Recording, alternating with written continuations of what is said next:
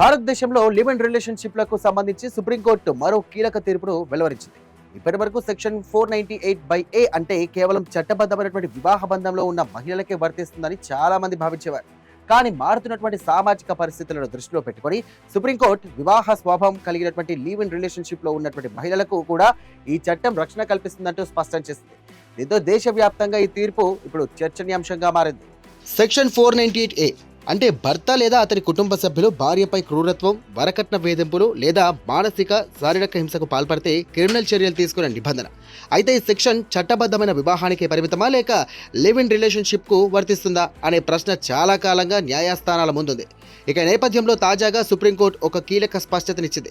Supreme court ప్రకారం ప్రతి live in రిలేషన్షిప్కు ఈ రక్షణ వర్తించదు. Relationship in the nature of marriage అంటే వివాహాన్ని పోలి ఉండే సంబంధం కావాలి, ఇద్దరు పెద్దవాళ్ళు కావాలి, పరస్పర అంగీకారంతో కలిసి జీవించాలి, భార్యాభర్తల్లా సమాజంలో జీవిస్తున్నట్లు ఉండాలి, అలాగే పెళ్లి చేసుకోవాలనే ఉద్దేశం ఆ సంబంధంలో అంతర్భాగంగా ఉండాలి. అలాంటి సందర్భాల్లో మహిళలకు 498(a) కింద చట్టపరమైనటువంటి రక్షణ లభిస్తుందంటూ కోర్టు పేర్కొంది. ఇక ఈ తీర్పు వెనుక ఉన్నటువంటి ప్రధాన ఉద్దేశం మహిళల రక్షణ. ప్రస్తుతం దేశంలో లివ్ ఇన్ రిలేషన్షిప్లో పెరుగుతున్నటువంటి నేపథ్యంలో వివాహం కాలేదనే కారణంతోనే ఒక మహిళ చట్టపరమైనటువంటి రక్షణ కోల్పోవడం రాజ్యాంగ సమానత్వ సూత్రానికి విరుద్ధమంటూ కోర్టు అభిప్రాయపడింది. చట్టం కాలానుగుణంగా మారుతున్నటువంటి సామాజిక పరిస్థితులకు అనుగుణంగా ఉండాలంటూ సుప్రీంకోర్టు వ్యాఖ్యానించింది.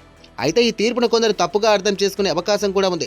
ఏ లివ్ ఇన్ రిలేషన్షిప్ అయినా 498(a) వర్తిస్తుందంటూ కోర్టు చెప్పలేదు. సంబంధం నిజంగా వివాహాన్ని పోలి ఉందా, ఇద్దరు భార్యాభర్తల్లా కలిసి జీవించారా అనే అంశాలను ప్రతి కేసుల్లో ఆయా కోర్టులు పరిశీలిస్తాయి.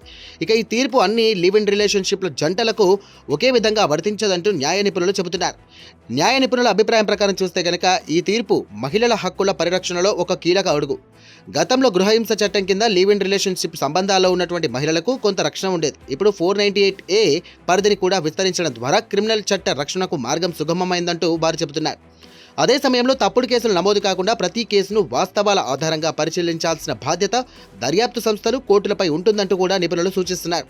మొత్తానికి చూస్తే మారుతున్నటువంటి సామాజిక పరిస్థితులకు అనుగుణంగా చట్టాల అర్థాన్ని కూడా విస్తరించినటువంటి మరో కీలక తీర్పుగా దీనిని న్యాయవర్గాలు అభివర్ణిస్తున్నాయి.